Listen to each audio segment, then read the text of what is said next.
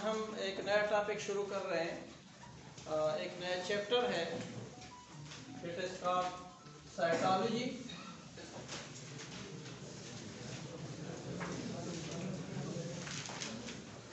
Cytology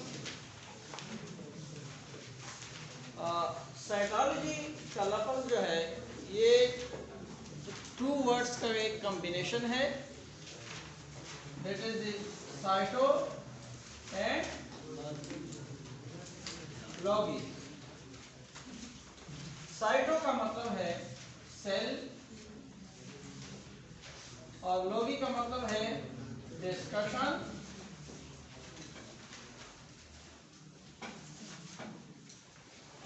इसका मतलब ये है कि सेल के मुतालिक हम जो भी बात करते हैं, उसके मुतालिक जो भी हम स्टडी करते हैं, उस स्टडी को हम क्या कहेंगे कि हम किस चीज़ की स्टडी कर रहे हैं? साइटोलॉजी। यानी सेल के मुतालिक हम कुछ पढ़ रहे हैं तो उस स्टडी को हम कहते हैं कि ये क्या है? साइटोलॉजी है। यानी इसमें it is the branch of biological science, it is the branch of biology which deals with the study of cell। यानी एक सेल के मुताबिक हम जो भी डिस्कस कर रहे होते हैं, जो हम जानना चाहते हैं, तो वो सारा साइटोलॉजी की कैटेगरी में आएगा। अब फॉर एग्जांपल हम सेल के स्ट्रक्चर के बारे में पढ़ना चाहते हैं, सेल के स्ट्रक्चर को देखना चाहते हैं कि सेल किस चीज़ का बना हुआ है और वो किस किस चीज़ पे कंसिस्ट करता है। फॉर एग्जांपल हम प्लाज्मा मेम्ब्रेन को पढ़ रहे हैं, यानी सेल मेम्ब्रेन को पढ़ रहे हैं, हम साइटोप्लाज्म को पढ़ रहे हैं, हम जो है न्यूक्लियस को पढ़ रहे हैं, या सेल के डिफरेंट ऑर्गेनेलीज के मुतालिक पढ़ रहे हैं, उसके मुतालिक जानकारी हासिल कर रहे हैं। साइटोप्लाज्म के अंदर जितनी भी सेलुलर ऑर्गेनेलीज हैं उसके जो अल्ट्रा स्ट्रक्चर है उसके मुतालिक पढ़ रहे हैं। तो वो सारा इल्म किस में आता है? किसी ही साइटोलॉजी के कैटेगरी में आएगा। या उसके थोड़े से फिजियोलॉजी की तरफ भी अगर हम जाते हैं कि सेल के जो डिफरेंट फंक्शंस हैं उसकी तरफ भी अगर हम जाते हैं तो वो भी ब्रॉड सेंस में साइटोलॉजी के अंदर आता है। ठीक है।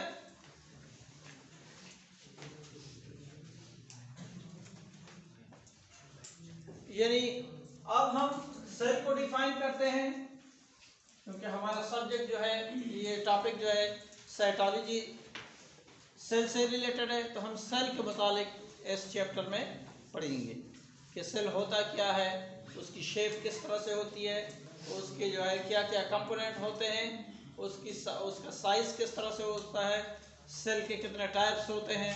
ठीक है, ये हम सब कुछ जो है इसके अंदर पढ़ेंगे। अब सेल क्या है?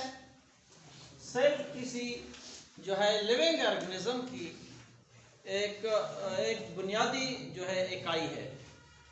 उसके साथ और उसके जो फंक्शन है उसके एक बुनियादी इकाई है। यानी हम सारे किस चीज़ के बने हुए हैं? सेल्स के बने हुए हैं, खुलियात के बने हुए हैं। ये सारे खुलियात आपस में मिलकर क्या बनाते हैं?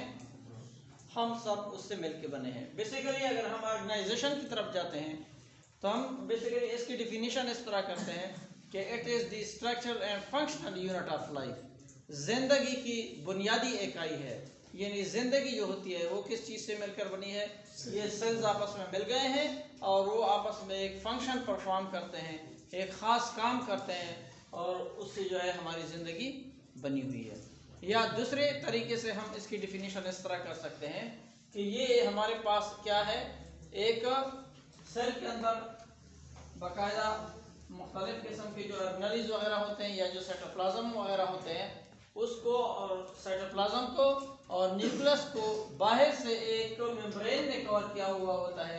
तो इस स्ट्रक्चर को हम क्या कहते हैं? ये एक सेल है। अब जो हमारी और आपकी लाइफ किस तरह बनी हुई है, अगर हम ब्रॉड सेंस में चलते हैं तो इसको हम इस तरह कह सकते हैं कि फॉर एग्जांपल एक सेल जो है,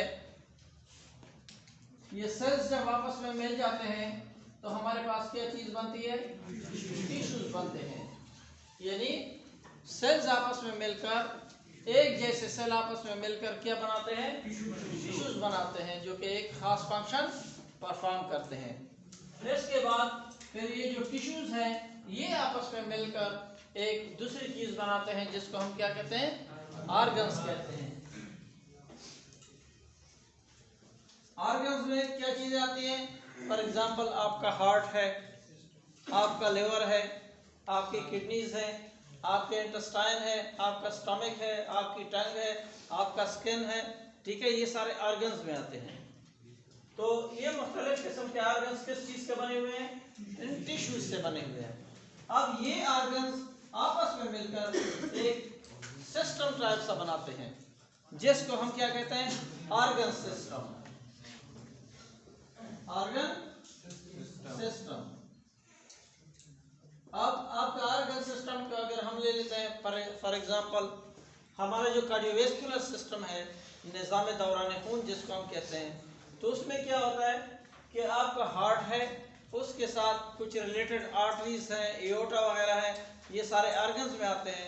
ये मुख्तलिफ किस्म के ऑर्गन्स आपस में मिलकर क्या बनाते हैं, एक कार्डियोवैस्कुलर सिस्टम बनाते हैं। इस तरह आपका यूरिनरी सिस्टम है, यूरिनरी सिस्टम में आपकी किडनीज हैं, उसके अलावा यूरेटर्स हैं, यूरेटर के बाद फिर जो है यूरिनरी ब्लैडर है, उसके बाद फिर यूरेथ्रा है, ये सारे डिफरेंट ऑर्गन्स हैं। ये ऑर्गन्स मिलकर आपकी क्या बनाते हैं, एक यूरिनरी सिस्टम बनाते हैं। इस तरह अगर आप रेस्पिरेटरी सिस्टम की तरफ देखें तो रेस्पिरेटरी सिस्टम में क्या है, उसमें पहले आपके जो है नेजल कैविटीज हैं, उसके बाद फिर आपके जो है ये लैरिंक्स आता है, लैरिंक्स के बाद फिर क्या है आपका ट्रेकिया आता है, ट्रेकिया के बाद सारे आपके लंग्स आते हैं। तो ये आपस में मिलकर एक और सिस्टम बना रहे हैं, इसको हम रेस्पिरेटरी सिस्टम कहते हैं। मतलब ये था कि मुख्तलिफ किस्म की जो ऑर्गन सिस्टम है, सारे ऑर्गन्स हैं, वो आपस में मिलकर क्या बनाते हैं, ऑर्गन सिस्टम बनाते हैं। और यही ऑर्गन सिस्टम आपस में मिलकर क्या बनाते हैं, ऑर्गेनिजम्स बनाते हैं। फॉर एग्जांपल मैं एक ऑर्गेनिज्म हूँ, आप भी एक ऑर्गेनिजम्स हैं। इस तरह जो है एनिमल्स को देखें, अगर इंडिविजुअल एनिमल को आप देखते हैं तो वो भी एक ऑर्गेनिज्म है। इस तरह जो आप मुख्तलिफ किस्म के इंसेक्ट्स वगैरह को देखते हैं वो भी ऑर्गेनिजम्स हैं, ठीक है, अलग अलग इंडिविजुअल। तो वो क्या बनाते हैं, इंडिविजुअल ऑर्गेनिजम्स बनाते हैं।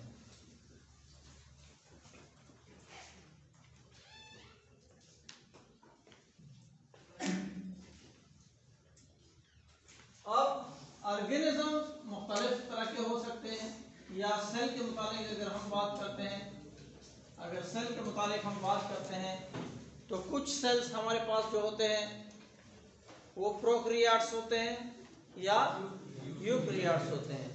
बेसिकली जो हम ऑर्गेनिजम्स के मुतालिक बात करते हैं तो लिविंग ऑर्गेनिजम्स या यूनिसेल्युलर होते हैं या मल्टीसेल्युलर होते हैं।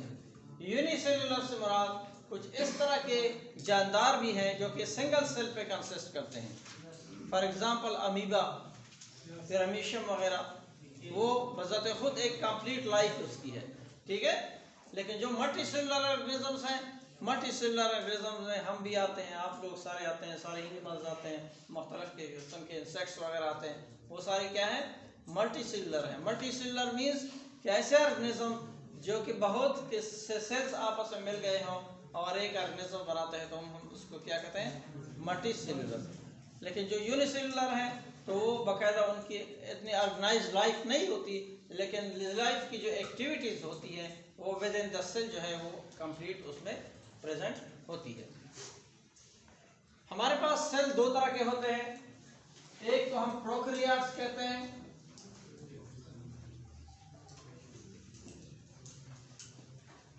और दूसरी तरह की जो सेल है उसको हम यूकैरियोट्स कहते हैं।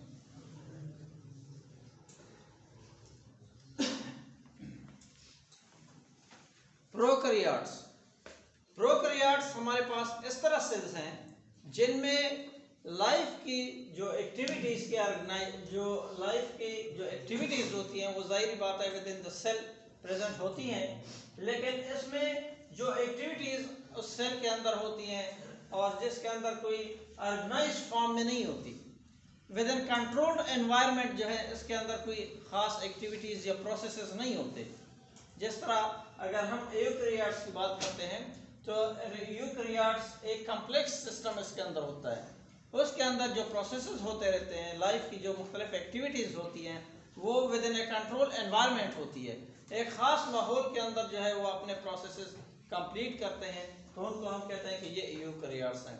फॉर एग्जांपल इसमें हम कहते हैं कि जो प्रोटीन सिंथेसिस वगैरह होती है, ठीक है, तो उसके अंदर एक कॉम्प्लेक्स सिस्टम मौजूद है जिसके अंदर रफ एंडोप्लाज्मिक रेटिकुलम है, मेम्ब्रेन बाउंडेड बॉडीज हैं, ठीक है, उसके अंदर प्रोटीन की सिंथेसिस होती है, या जो राइबोसोम्स हैं उसकी भी जो है वेरियस कैटेगरीज इसके अंदर प्रेजेंट होती हैं, या इसके अंदर कुछ और प्रोसेसेस हो रहे होते हैं, फॉर एग्जांपल गोल्जी बॉडीज वगैरह हैं, तो वो भी एक कंट्रोल्ड एनवायरनमेंट है, जो प्रोसेसेस होने तो इन ही ऑर्गेनेल्स के अंदर होती हैं। लेकिन इनमें इस तरह की चीज़ नहीं है, उसमें सारा कुछ जो है वो बिखरी हुई हालत में सेल के अंदर प्रेजेंट होता है। फॉर एग्जांपल इसके अंदर जो जेनेटिक मटेरियल है वो हमारे पास किस चीज़ में होता है, वो बाकायदा एक न्यूक्लियस के अंदर प्रेजेंट होता है, ठीक है, कंट्रोल एनवायरनमेंट है ना। लेकिन इसके अंदर प्रोकैरियोट्स के अंदर बाकायदा एक जो डबल मेम्ब्रेन बाउंडेड बॉडीज होती हैं जिसके अंदर प्रोसेसेस अकम्प्लिश होते हैं, वो नहीं होते। इसके अंदर अगर डीएनए भी होता है तो वो डिस्पर्स फॉर्म में प्रेजेंट होता है, ठीक है, फ्रीज कंडीशन में प्रेजेंट होता है, जिसको हम प्लाज्मिड्स वगैरह कहते हैं, ठीक है। तो इसके अंदर लाइफ यानी जो एक्टिविटीज हैं वो बाकायदा with in A control environment नहीं होती, लेकिन यूकैरियोट्स के अंदर जो है वो बाकायदा एक कंट्रोल्ड एनवायरनमेंट होता है, मेम्ब्रेन बाउंडेड बॉडीज होती हैं जिसके अंदर ये प्रोसेसेस वगैरह होते रहते हैं। ये मच ऑर्गेनाइज्ड फॉर्म है सेल की, और ये लेस ऑर्गेनाइज्ड फॉर्म है सेल की, ठीक है। इसके अलावा साइज में भी थोड़ा सा डिफरेंस होता है। प्रोकैरियोट्स का जो साइज है वो हमारे पास तकरीबन 0 से लेकर 5 माइक्रोन मीटर तक होता है, लेकिन जो यूकैरियोट्स है उसका साइज हमारे पास तकरीबन 5 से लेकर 50 माइक्रोन मीटर तक होता है। साइज में भी वेरिएशन है।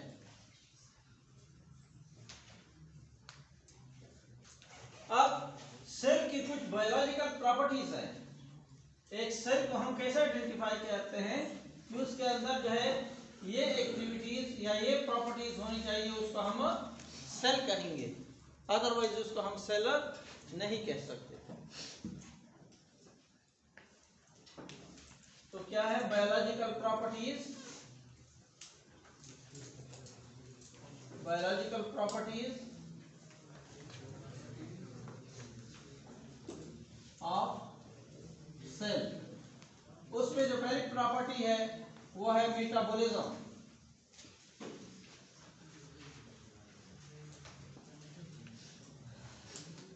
मेटाबॉलिज्म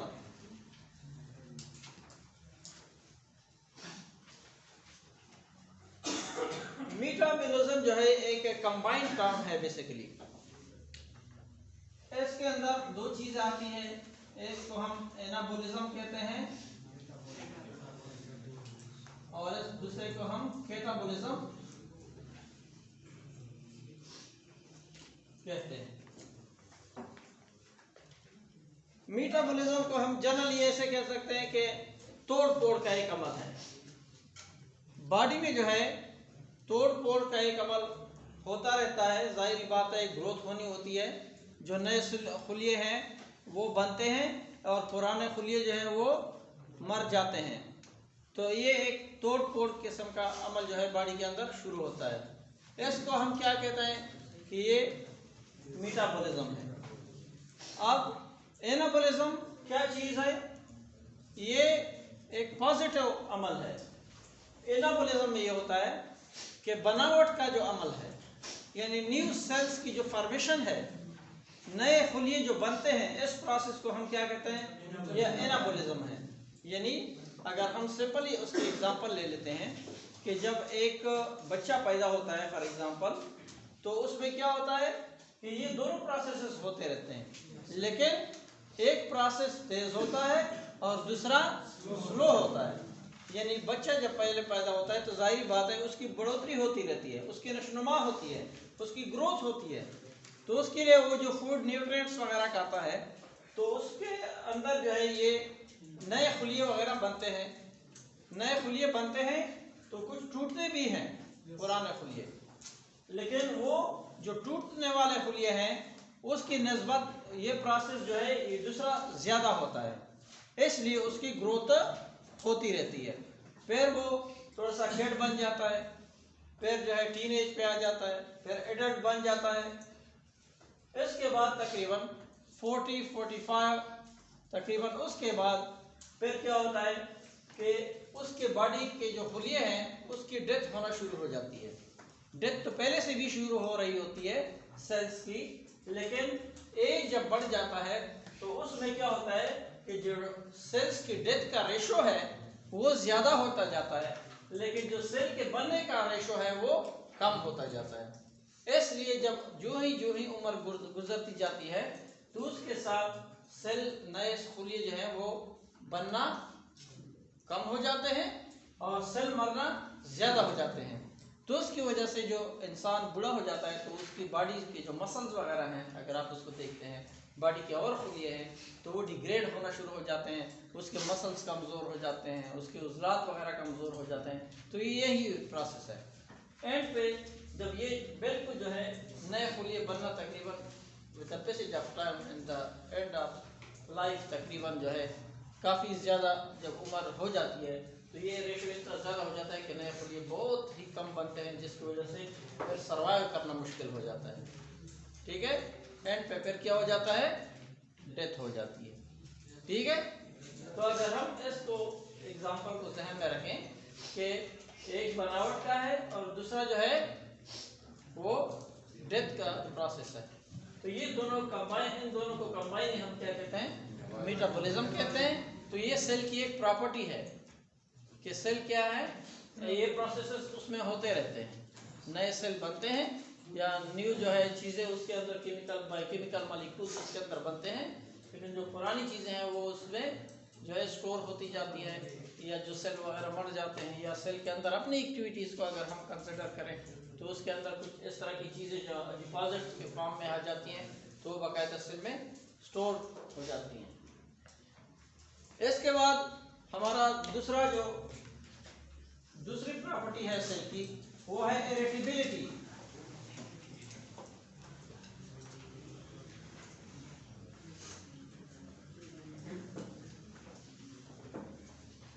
इरिटेबिलिटी अगर हम इसको हसासियत कह लें तो बुरा नहीं होगा।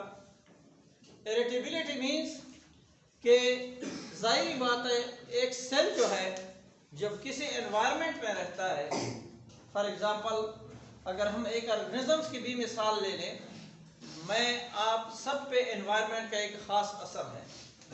इस तरह इंडिविजुअल सेल को भी अगर हम कंसिडर करते हैं, तसव्वुर करते हैं, तो उस पे भी बाहर का जो एनवायरनमेंट है, जिस एनवायरनमेंट में वो रह रहा है, फॉर एग्जांपल आपकी बॉडी का एक सेल है उसके साथ दूसरे सेल्स वगैरह भी हैं, तो वहाँ भी उस पर कुछ असरात होंगे एक्सटर्नल एनवायरनमेंट के। ठीक है, वहाँ पे कुछ स्टिमुलाई होंगे, कुछ जो है मुहर्रिकात होंगे जो इसको डिस्टर्ब करते होंगे या उसके लिए फ़ायदेमंद होंगे या उसके लिए मैसेज वगैरह लेके आएंगे। तो वो जो मैसेजेस वगैरह आते हैं या जो मुहर्रिकात होते हैं बाहर एक्सटर्नल एनवायरनमें के, तो उसी के मुताबिक सेल क्या करता है, उसको रिस्पॉन्ड करता है, उसको खिलाफ एक रद्द अमल जाहिर करता है। अगर कोई चीज़ फॉर एग्जांपल उसके लिए अच्छी है तो वो उसको ले लेता है, अगर अच्छी नहीं है तो उसके खिलाफ वो थोड़ी सी रिएक्शन शो करता है। तो मतलब है कि वो एक रिस्पांस शो करता है। तो इस प्रॉपर्टी को हम क्या कहते हैं कि that is called as irritability. यानी एक सेल के लिए जो वो बाहर की जो स्टिमुलाई है, बाहर की जो मुहर्रिकात है, उसके लिए जो सेल का रिस्पांस है, अगर वो रिस्पांस देता है तो सेल की इस प्रॉपर्टी हम क्या कहेंगे, इरिटेबिलिटी कहेंगे।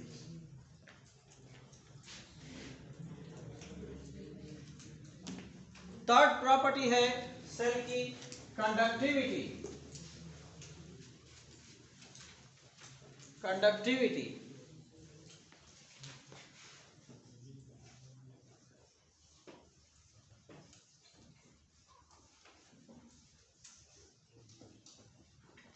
इसको हम तरसील कह सकते हैं, उर्दू में तरसील।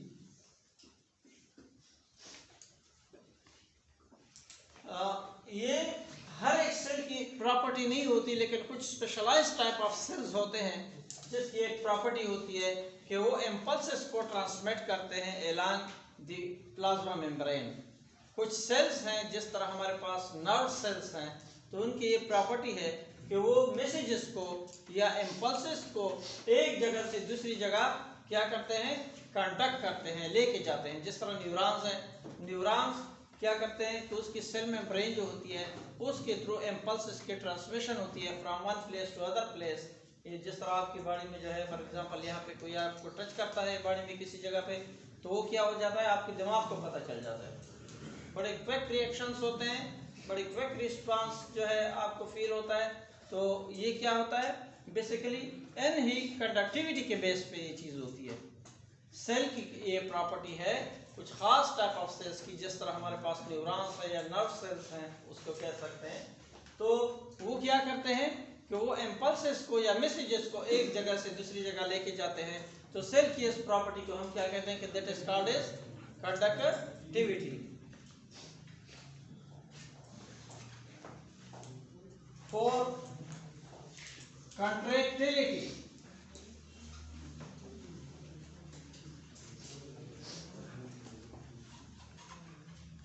कंट्रैक्टिलिटी, कंट्रैक्टिलिटी क्या चीज है, कंट्रैक्शन यानी सुकड़ जाना, सुकड़ जाना या रिलैक्स होना। ये क्या है, ये भी हर सेल की जो है प्रॉपर्टी नहीं है। अमूमन जो है इस तरह की प्रॉपर्टी हमारे पास मसल सेल्स में प्रेजेंट होती है। ठीक है, जो हमारे मसल्स के सेल्स हैं, जो हमारे गोश्त यानी उजलात के सेल्स हैं, उनमें एक प्रॉपर्टी है, उसकी ये हैसियत है कि वो क्या है, वो सुकड़ते भी हैं और रिलैक्स भी होते हैं according to the conditions. For example, ये जो मैं अपने हाथ को इस तरह एक्सटेंड कर सकता हूँ या मैं उसको कंट्रैक्ट कर सकता हूँ, तो ये किस चीज़ की प्रॉपर्टी है, यही मसल्स हैं। ये मसल्स किस चीज़ के बने हुए हैं, सेल्स के बने हुए हैं। तो ये कौन से सेल्स हैं, मसल सेल्स, यानी ये एक्सटेंड भी हो सकते हैं और कंट्रैक्ट भी हो सकते हैं। तो ये कुछ खास किस्म के जो सेल्स हैं उनकी प्रॉपर्टी है, जिस तरह मसल के सेल्स हो गए। इसके अलावा हमारे पास कुछ इस तरह की भी सेल्स हैं जिनमें कंट्रैक्टिलिटी होती है, लेकिन उसके अंदर जो है कोई ख़ास किस्म के हमारे पास फिलामेंट्स होते हैं। उन फिलामेंट्स की बेस पे वो क्या करते हैं, कंट्रैक्ट होते हैं या रिलैक्स होते हैं। और ये सेल्स हमारे पास अमूमन ग्लैंड्स में प्रेजेंट होते हैं। कहाँ पे प्रेजेंट होते हैं, ग्लैंड्स के करीब प्रेजेंट होते हैं। जाहिर बात है कुछ ग्लैंड्स जो हैं उसमें कुछ सिक्रीशन रिलीज करनी होती है, कुछ सिक्रीशन रिलीज करनी होती है जो हमारे एक्सोक्राइन ग्लैंड्स हैं। तो वो क्या करते हैं, तो वो इन ही जो साथ में ये सेल्स प्रेजेंट होते हैं, इसको हम जो है स्पेशलाइज्ड टाइप ऑफ सेल्स होते हैं, जिसके अंदर कंट्रैक्टिलिटी की एबिलिटी होती है। वो जो है बाकायदा सुकड़ जाते हैं ताकि वो ग्लैंड्स, जाहिर बात है वो ग्लैंड्स के बिल्कुल करीब उसके साथ अटैच होते हैं। जब वो सुकड़ते हैं वो सेल, तो वो प्रेशर डालते हैं किन चीज़ों पे, उन ही सेल्स पे, यानी ग्लैंड्स के जो सेल्स हैं, दूध के सेल्स हैं, तो उसकी वजह से उसकी सिक्रीशन फिर बाहर निकलती है उनके डक्ट्स में। ठीक है, तो कुछ सेल्स हैं जिनके अंदर ये एबिलिटी होती है, इसको हम क्या कहते हैं, कंट्रैक्टिलिटी। फिफ्थ नंबर पे जो प्रॉपर्टी है that is called homeostasis.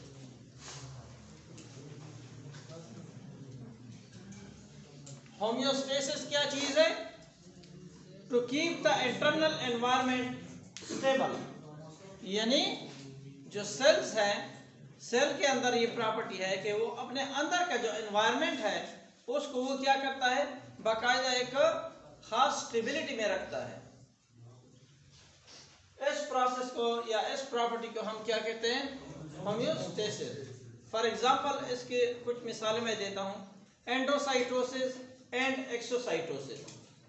Endocytosis का क्या मतलब है कि वो प्रोसेस जिस प्रोसेस के तहत सेल अपने अंदर किसी चीज़ को एनगल्फ कर लेता है, यानी कोई खा लेता है, कोई चीज़ अपने अंदर ले आता है, तो इस प्रोसेस को हम क्या कहते हैं, एंडोसाइटोसिस कहते हैं। अगर वो अपनी बॉडी से यानी विद इन सेल अगर कोई चीज़ मौजूद है और वो सेल उस चीज़ को बाहर निकालना चाहता है, बाहर लेके आता है सेल मेम्ब्रेन के थ्रू, तो हम इस प्रोसेस को हम क्या कहते हैं, एक्सोसाइटोसिस। यानी endocytosis means the engulfing of materials by the cell. ठीक है, या injection of material by the cell. और जो हमारे पास एक्सोसाइटोसिस है तो हम उसको क्या कहेंगे, the excretion of something outside the cell, यानी exclusion of something outside the cell, cell से किसी चीज का बाहर निकलना, इस प्रोसेस को हम क्या कहते हैं, एक्सोसाइटोसिस कहते हैं। अब एंडोसाइटोसिस में क्या है, उसके अंदर दो तरह की चीजें आती है, कुछ जो मटेरियल है वो सॉलिड फॉर्म में होती है, और कुछ जो मटेरियल्स जो सेल अपने अंदर ले लेता है, इंजेस्ट करता है, वो बाकायदा किस चीज़ में होता है, वो लिक्विड फॉर्म में होता है। अगर कोई material which is in solid form, जो कि सॉलिड फॉर्म में है और सेल उसको इंगल्फ कर लेता है या उसको इंजेस्ट कर लेता है, तो उसको हम कहते हैं कि that is called is phagocytosis.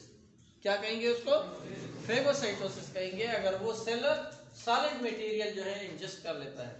अगर वो लिक्विड मटेरियल है कोई तो वो इंजेस्ट कर लेता है सेल, तो हम इसको फिर क्या कहेंगे, पाइनोसाइटोसिस कहेंगे, PINOCYTOSIS,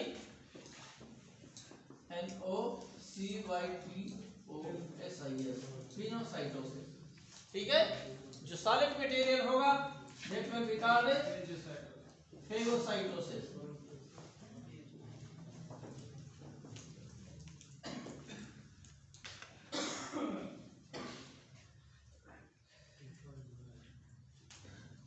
Growth and reproduction of protoplasm. 6.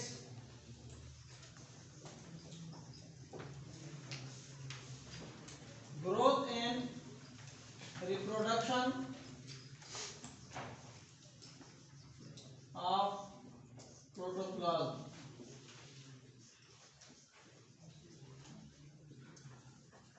Protoplasm का क्या मतलब है, सेल का कोई भी पार्ट, सेल का कोई भी पार्ट जो कि लिविंग फॉर्म में हो उसको हम क्या कहेंगे, प्रोटोप्लाज्म कहेंगे। फॉर एग्जांपल साइटोप्लाज्म भी प्रोटोप्लाज्म का एक हिस्सा है, सेल मेम्ब्रेन भी प्रोटोप्लाज्म का एक हिस्सा है, न्यूक्लियस भी प्रोटोप्लाज्म का एक हिस्सा है, क्योंकि ये सारे लिविंग कॉन्स्टिट्यूएंट्स हैं सेल के।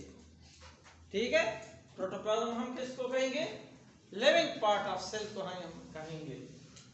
तो क्या होता है कि सेल के अंदर ये प्रॉपर्टी है कि उसके अंदर ग्रोथ होती है, इसके अलावा वो अपने जो जनरेशन है उसको रिस्टोर करने के लिए वो अपने रिप्रोडक्शन को क्या करता है, इंश्योर करता है, अपने लाइफ को इंश्योर करता है, और उसमें रिप्रोडक्शन और प्रोडक्शन का प्रोसेस होता रहता है। न्यू सेल्स वगैरह उसके अंदर बनते हैं या न्यू सेल्स उससे बनते हैं, तो ये भी सेल की एक प्रॉपर्टी है।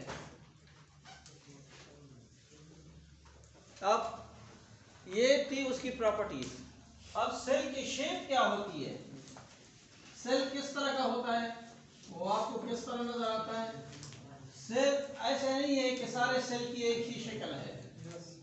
सेल जो है किसी चीज की जो स्ट्रक्चर है और किसी चीज का जो फंक्शन है उसी के हिसाब से उस तरह के सेल्स जो है वो प्रेजेंट होते हैं, यानी स्ट्रक्चर और फंक्शन के बेस पे सेल के वेरियस शेप एंड साइजेस हो सकते हैं। ठीक है, कुछ सेल्स हमारे पास राउंड फॉर्म में होते हैं, यानी गोल होते हैं कुछ sales.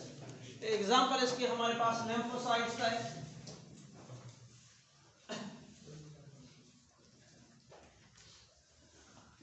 Lymphocytes are the white blood cells, white blood cells हैं। तो ये क्या है, ये राउंड शेप के होते हैं। इसके अलावा कुछ जो है हमारे पास स्टिलेट शेप के होते हैं। Stellate means star shape, star shape. अगर हम स्केलेटल मसल को देते हैं तो स्केलेटल मसल के साथ कुछ और भी जो है कुछ सेल्स इस तरह साइड बाय साइड अटैच होते हैं, जिसको हम स्टिलेट सेल्स कहते हैं। कुछ स्टार शेप सेल्स हैं ये। अगर मसल्स की जो सेल है उसको कोई इंजरी आ जाती है तो ये स्टिलेट सेल क्या करते हैं, वो कन्वर्ट हो जाते हैं किस चीज में, मसल सेल्स में, वो उसकी जगह ले लेते हैं। ठीक है, स्पिंडल शेप,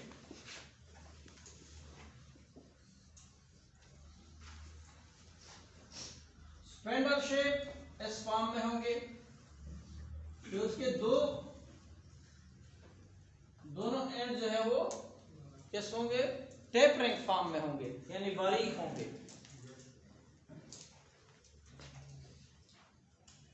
जिस तरह एग्जांपल हमारे पास मसल सेल्स की है, मसल सेल्स इस तरह ही होते हैं, ठीक है, तो आपको इस तरह नजर आएंगे। इसके अलावा ये कोलमनर भी हो सकते हैं।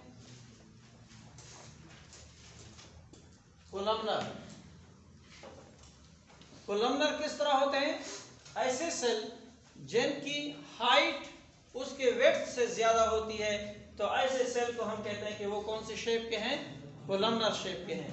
इसकी शेप इस तरह होती है हमारे पास, यानी इसकी हाइट जो है वो उसके वेट से ज्यादा है, तो उसको हम क्या कहेंगे कि ये कोलमनर शेप है।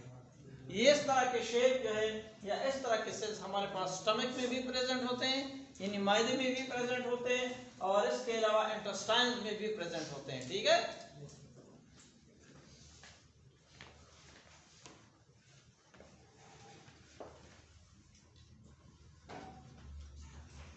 इसके अलावा कुछ है हमारे पास सेल्स, वो स्क्वेमस होते हैं।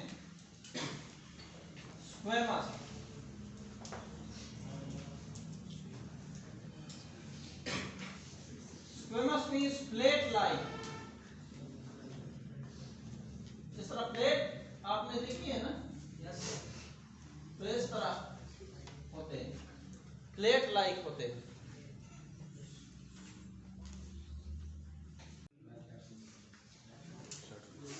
इस तरह के जो सेल्स हैं ये हमारे पास किधर होते हैं, या जो हमारे आर्टरीज हैं या वेन्स हैं उसके अंदर ये प्रेजेंट होते हैं, या जो हमारी स्किन है उसके अंदर ये प्रेजेंट होते हैं। नेक्स्ट जो शेप है वो है कोबाइडल।